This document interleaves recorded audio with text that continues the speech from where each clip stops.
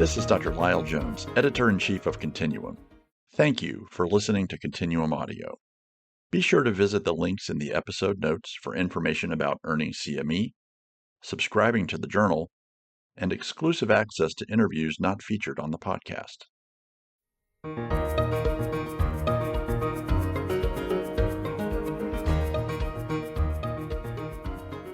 Hello, this is Dr. Kait Nevel. Today, I'm interviewing Dr. Ashley Rawls about her article on Parkinson disease, which appears in the August 2025 Continuum issue on movement disorders.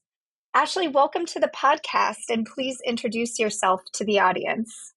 Thank you, Kate. Hello, everyone. My name is Dr. Ashley Rawls. I am a movement disorder specialist at the University of Florida Fixel Institute for Neurologic Diseases in Gainesville, Florida. It's a pleasure to be here. Awesome. To start us off talking about your article, can you share what you think is the most important takeaway for the practicing neurologist? Yes, I would say that my most important takeaway for this article is that Parkinson disease remains a clinical diagnosis. I think the field has really been advancing in trying to find a biomarker to help with diagnosis through ancillary testing. For example, with the dopamine transporter, the DAT scan, an alpha-synuclein skin biopsy, an alpha-synuclein amplification assay that can happen in blood and CSF.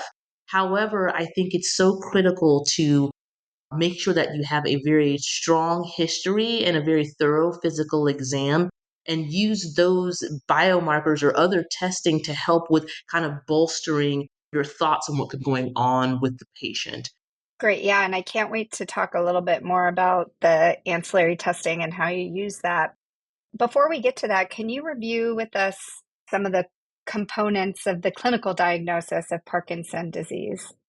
Yes. So when I think about a person that comes in that might have a neurodegenerative disease, I think about two different features mainly, both motor and non motor. So for my motor features, I'm thinking about resting tremor, bradykinesia, which is slowness of movement with decrement over time, rigidity, and then a specific gait disturbance, our Parkinsonian gait, involving stoop posture, decreased arm swing. They can also have reemergent tremor while walking if they do have tremor as part of their disease process, and also in block turning as they are walking down the hallway.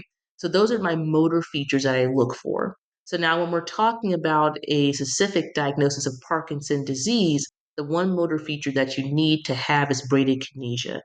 The reason why I make sure to speak about bradykinesia, which is slowness of movement with decrement over time, is because people can still have Parkinson disease without having tremor, a resting tremor. So even though that's one of the core cardinal features that most of us will be able to notice very readily, you don't have to necessarily have a resting tremor to be diagnosed with Parkinson disease.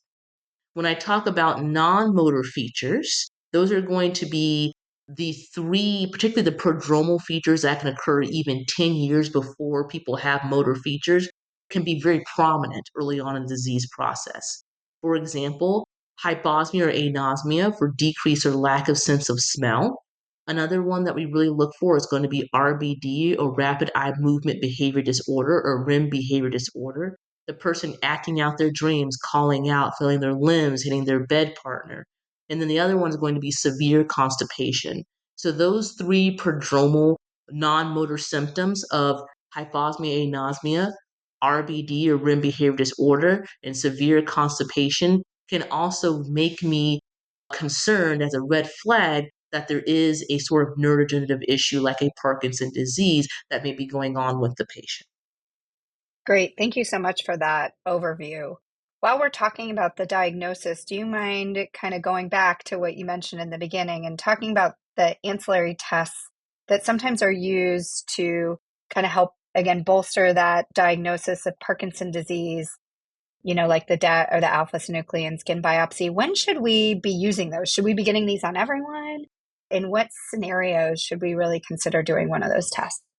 The scenario in which I would order one of the ancillary testing, particularly like a DAT scan or a skin biopsy looking for alpha-synuclein, is going to be when there are potential red flags or a little bit of confusion in regard to the history and physical that I need to have a little bit more clarification on.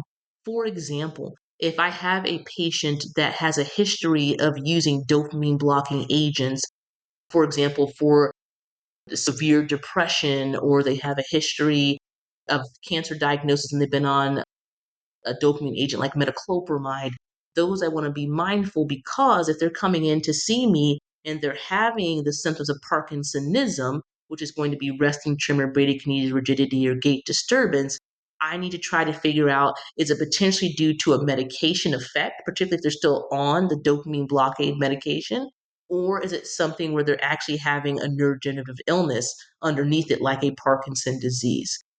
The other situation that would make me order a DAT scan or a skin biopsy is going to be someone who is coming in that maybe has elements of essential tremor. They have more of a postural or an intention tremor that's very flapping and larger amplitude, and maybe have some mild symptoms of Parkinsonism that might be difficult to distinguish between other musculoskeletal things like arthritis, other imbalance issues from, hip problems or knee problems and what have you. Then I might say, okay, let's see if there is some sort of neurodegeneration underneath this, that maybe that there could be, potentially two elements like essential tremor and Parkinson's disease going on.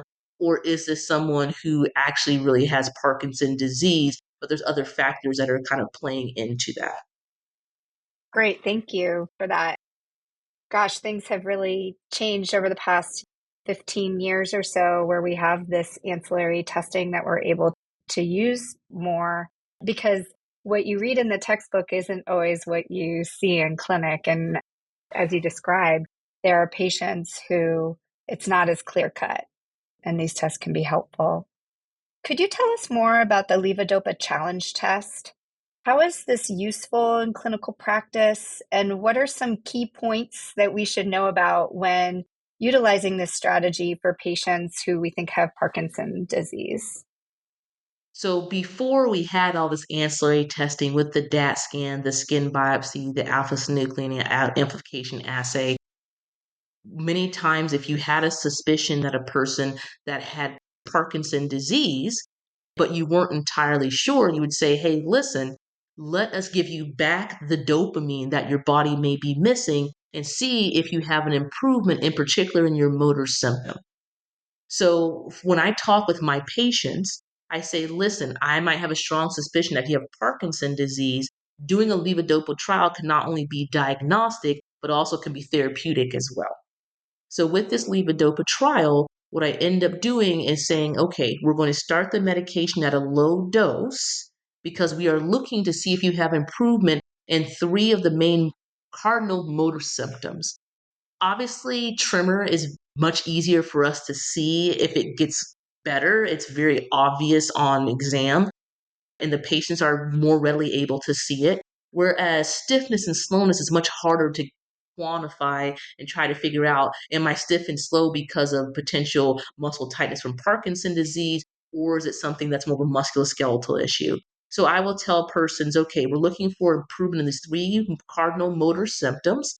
And things that we're looking for is getting into and out of a car, into and out of a chair, turning over in bed, seeing how do we navigate ourselves in our daily lives. I give people the example of going through the grocery store, going through a busy airport. Are we able to move better and respond better to different changes in our environment, which can give us a better clue of if our stiffness and slowness in particular are being improved with the medication? The other part of this is talking about potential side effects of the of the levodopa in particular. One big thing that I think limits people initially is going to be the nausea, vomiting, and potential GI upset when starting this medication initially. So oftentimes I will find people coming in, oh, my outside doctor started me immediately on one tab of carbidopa levodopa 3 times per day. I got nauseous, I threw up, and I never took the medication again. So oftentimes I will start low and go slow, because once someone throws up from a medication, they are not going to want to take it again with good reason. So oftentimes I will ask the patient, hey, listen, are you very sensitive to medications? If you are very sensitive, we might start 1 tablet per day for a week, 1 tablet twice a day, and then go up until we get to 2 tablets 3 times a day if we're talking about carbidopa levodopa. If someone is not as sensitive, then I might go up a little bit quicker. What do we mean when we talk about 600 milligrams per day? So usually the amount that I use is carbidopa levodopa 25 100, so 100 milligrams being the levodopa portion. Many people will just start off at 1 tab 3 times a day, which gives you 300 milligrams of levodopa, and they say, oh, it didn't work. I must not have Parkinson's. There's something else. Well, it just may have been that we did not give an adequate trial, an adequate dose to the person. Now, if they're not able to tolerate the medication because of the side effects, that's something different. But if they don't have side effects and don't notice a difference, there is room to increase the carbidopa levodopa or the levodopa replacement that you are using so that you can give it, a very good try to see, is it actually improving resting tremor, bradykinesia, and rigidity. Yeah, great. Thanks for that. When you diagnose a patient with Parkinson disease, how do you counsel that patient? How do you break that difficult news? And how do you counsel them on what to expect in the future and goals of treatment? I know that's a lot in that question, but it also is a lot that you do in one visit, oftentimes, or at least introduce these kind of concepts to patients in a single visit. One thing that I think is helpful for me is trying to understand where the patients and their families are when they come in. Because some of the patients come in and have no prior inkling that they may have a neurodegenerative illness like Parkinson disease. Some of my patients come in and say, I'm here for a second opinion for Parkinson disease. So then I have an idea of where we are in regard to potential understanding of how to start the conversation going forward. If it is someone who is coming in and has not heard about Parkinson disease, or their family has not been made aware that that's the one reason why they're coming to see a movement disorder specialist, then I will start at the beginning. After we finish our history, do a very thorough physical exam, I will talk about things that I heard in the history and that I see on the physical exam that make me concerned for a disease like Parkinson disease. I make sure to tell them where I'm getting my criteria from and not just start off, I think you have Parkinson's, here's your medication. I think that's very jarring when you're talking with patients and their families, particularly if they had no idea that this could be a potential diagnosis on the table. Like I said, I will start off with recounting, this is what I've heard in your history that makes me concerned. This is what I've seen on your physical exam that makes me concerned. And I think you have Parkinson disease, and here is why. And I'll tell them about the tenets, like we discussed about Parkinson disease, both the motor and non-motor symptoms that we see. So that's kind of the first part, is I make sure to lay it out and then open the room up for some questions and clarification. The other portion of this is that when I'm talking about counseling the patient, I say we do not expect Parkinson disease to decrease your lifespan. However, over time, our persons, because it is a neurodegenerative illnesses, will accumulate deficits over time. So more stiffness, more slowness, more walking problems. They may, if they have tremor, the tremor may become worse. Or if they don't have tremor, they might develop tremor in the future. If we're talking about the non-motor symptoms that we talk about, the main ones are going to be issues with urinary problems, issues with bowels, and then the other thing is going to be neuropsychiatric issues like anxiety and depression. And those things become more prominent, usually the non-motor symptoms, later on in the disease process. And then also cognitive impairment as well. Really want to make sure that they have the information that I'm seeing. And if there's anything that they want to correct on their end, as in they're saying, oh, wait, well, actually, I noticed something else, then that's usually when that comes out around kind of the wrapping up portion of the visit. So I think that's really important to, one, be very clear in what I am seeing and if there's red flags, and then tell them, okay, this is not going to shorten your lifespan. However, over time, we do have other issues and problems that will arise, and we can support you as best as we can through that. The one thing I also am very open with people about is because our patients will say, is there anything I can do? What can be done? Is there any medication to slow down or stop things? And I let people know that unfortunately, right now, there's not an intervention that slows down, stops, or reverses disease progression, with the exception of exercise. Consistent exercise has been found to help to slow down disease progression, okay? And also it can help to release the dopamine already being made innately in the brain. And also it can help with our cardiovascular health and the big thing being balance, core strength, quadricep strength. So that's also something that people can work on that they should. And I let people know that exercise is as important as the medications themselves. Absolutely. And it's incredible how much they incorporate exercise into their daily lives and get active, people who weren't active before their diagnosis, and how much that can help. One question that I think patients sometimes ask is when they understand how carbidopa levodopa works and what the expectations are for that medication, that it's not a disease modifying medication, but that it can help with their symptoms. And then they kind of hear, well, as time goes on, they need higher doses, or it doesn't control their motor symptoms as well. They'll say, okay, well, is it better to wait then? Should I wait to start carbidopa levodopa? Like, in my mind, I'm only maybe going to get X amount of time from carbidopa levodopa, so I'd rather wait to start it than start it now.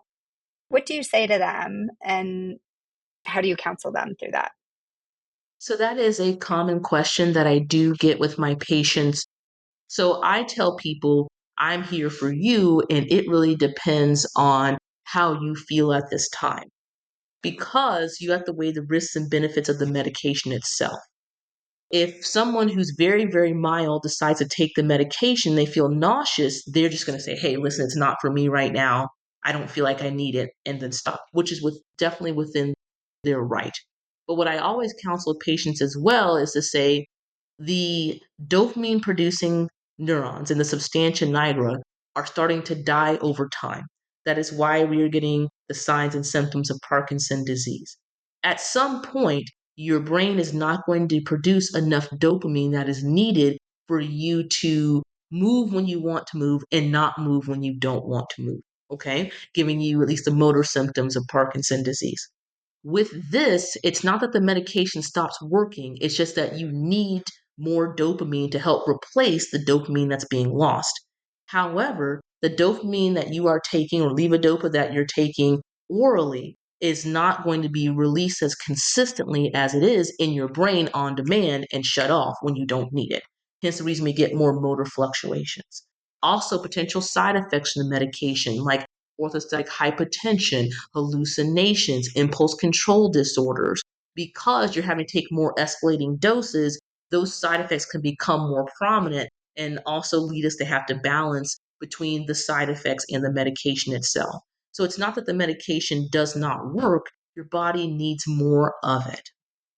Some people will say, oh, well, I want to wait. And I say that's completely fine. However, my cutoff is basically saying if you are finding that you, as the person who's afflicted, is not able to get up in the morning like you want to, you're avoiding going to walk your dog or working in your garden, because you feel stiff and feel slow. You're avoiding, going out to the community, having lunch with your friends or your family because you're embarrassed by your trimmer. This is something that is keeping you from living your life. And that's the time that we need to strongly consider starting the medications. So a person afflicted will accumulate deficits. However, it's how much the deficits are going to affect you. So if it's really affecting your life, we have tools and ways to help mitigate that. Yeah, absolutely. Are there any aspects of Parkinson disease management that you feel are maybe under-recognized or perhaps underutilized? In other words, are there things that we, the listeners, should be maybe more aware of or think about offering or recommending to our patients that you think maybe aren't as much as they could be? I will say the non motor symptoms In particular, the neuropsychiatric symptoms with the anxiety and depression, usually later on in the disease process, but also can be earlier as well. I think that is going to be something that is recognized but maybe undertreated in a lot of our patient population. I think part of that is also the fluctuations in dopamine that are occurring naturally in the person, but also our patients oftentimes with their medication regimen really have to be on the ball taking the medication. If they're even 15 minutes late, 10 minutes late, 5 minutes late, we're now off and now we're waiting for it to kick in. And so that can cause a lot of anxiousness even throughout the day.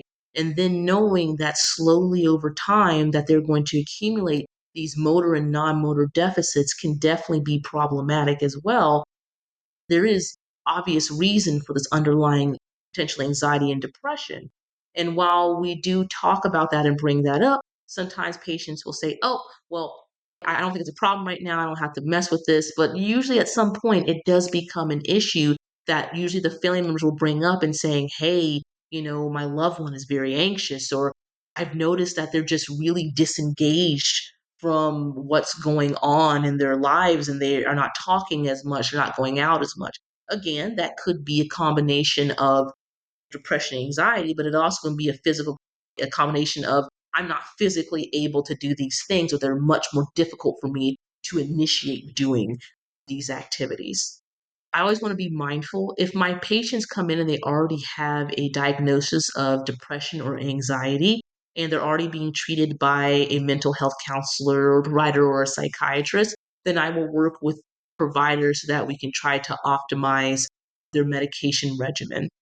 The other thing as well, if this is the first time that they're really being seen by someone and talking about their anxiety and depression, then oftentimes I will have them go back to their primary care and see if maybe an SSRI or SNRI will be helpful to try to help with the neuropsychiatric symptoms they may be experiencing.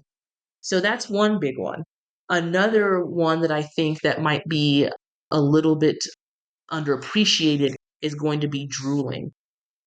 Sometimes I'll come in and see my patients and notice some drooling that's happening, the mouth being open, not being able to initiate the swallowing reflex consistently throughout the day, or they may be patting their face a lot with a napkin or a towel, and then bringing that up and bringing it to light. Oh yeah, I have a lot of drooling while I'm awake. It's on my shirt. It's embarrassing. I feel like it's a little bit too much for me or my family. We have to put a bib on because I'm just drooling all throughout the day. That can really be uncomfortable and cause skin breakdown. It can also be socially embarrassing. So there are some tools that I talk to people about with drooling. One thing I start with is going to be using sugar-free gum or candy while the person is awake to help initiate the swallow reflex. And sometimes that's all that's needed.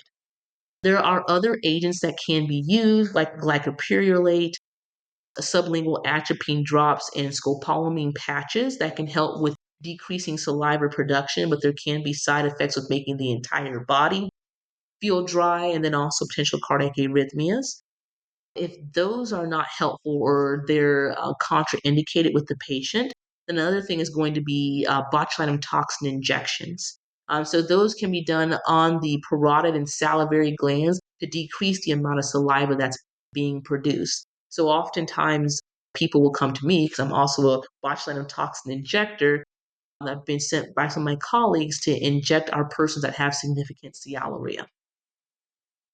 Wonderful. Well, thank you so much for chatting with me today about your article.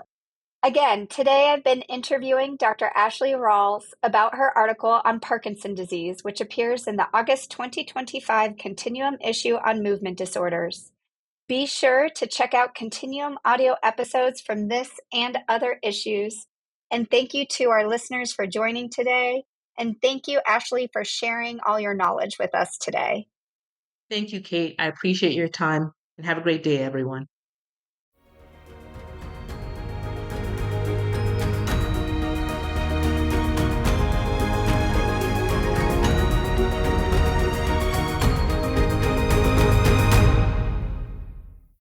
This is Dr. Tishme Monteith, Associate Editor of Continuum Audio.